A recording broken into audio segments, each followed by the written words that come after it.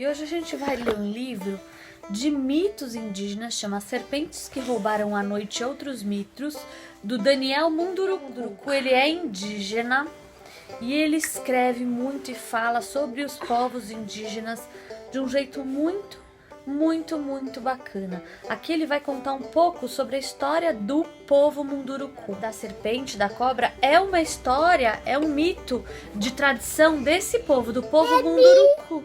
É um mito. Os mitos, eles muitas vezes servem para explicar coisas da natureza. E eles são da tradição dos povos. São mitos que foram contados de geração em geração. As pessoas iam contando. E aí as pessoas lembram por causa de histórias muito fáceis de compreender, não. E não são fáceis porque elas ocorreram num tempo em que o tempo ainda não existia, em que os animais governavam o mundo, em que o espírito criador andava junto com os homens no grande jardim chamado Terra. Uma maneira de compreender os mitos, um segredo que eu gostaria de partilhar com vocês. É preciso ler e ouvir os mitos não com os ouvidos que ficam na cabeça, pois eles costumam nos enganar, mas com os ouvidos que existem lá no fundo do coração, o ouvido da memória. São feitas pelas crianças Munduruku. Muito bacana, ó. Quem são os Munduruku hoje? Aqui vai mostrar onde eles ficam no Brasil, no Pará. Isso mesmo, nesse lugar, nesse estado que é o Pará. Nas aldeias, ó. Vamos mostrar, ó, como que é o desenho da vida nas aldeias, ó. Aqui, ó. As atividades dos Munduruku começam e terminam cedo. Às 5 horas da manhã, as famílias já se preparam para ir às roças. Depois de um saboroso jantar, todos se reúnem na sala de televisão para assistir a programação das 18 às 23 horas. Sabe, os Munduruku, eles assistem televisão. Eu não sabia disso, ó. Noticiário, novela. Se lá não tem energia elétrica, engano. A aldeia se organizou e comprou um motor movido a gasolina para toda a comunidade. Adquiriu também uma antena parabólica que recebe os sinais e oferece imagem muito boa aos habitantes do meio da floresta amazônica. Brincadeiras, ó.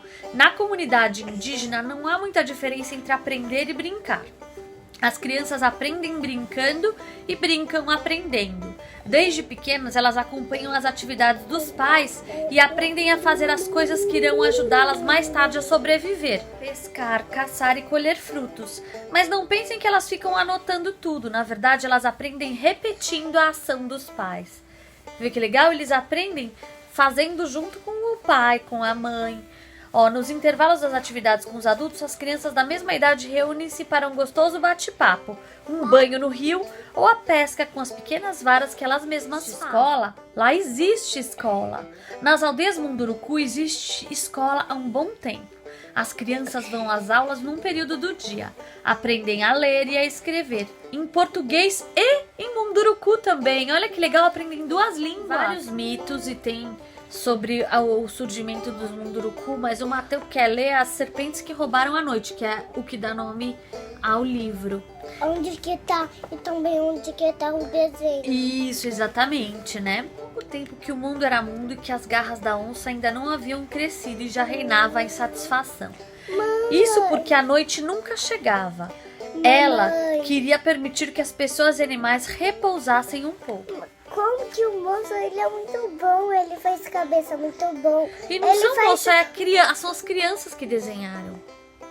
As crianças Munduruku, olha que legal. Não, mas como elas conseguem fazer cara, nariz, isso tá lindo, né?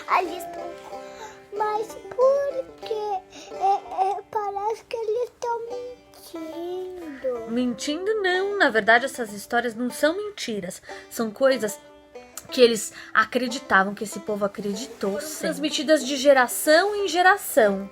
E aí tem gente que acredita, tem gente que não acredita. Eles acreditam nisso e a pessoa pode acreditar ou não.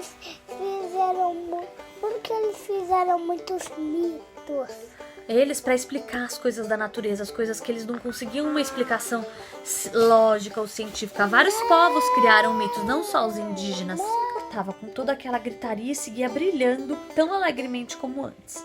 Após um certo tempo, o papagaio ficou rouco e os outros seres arrastaram-se como sombras. No leito dos rios quase não se via uma gota d'água correr. O que será que aconteceu? Descobriram quem havia escondido à noite. Quem tinha escondido à noite? Que só tinha sol, ninguém... A cobra. As serpentes. Mas como a serpente ela conseguiu fazer isso? Vamos descobrir?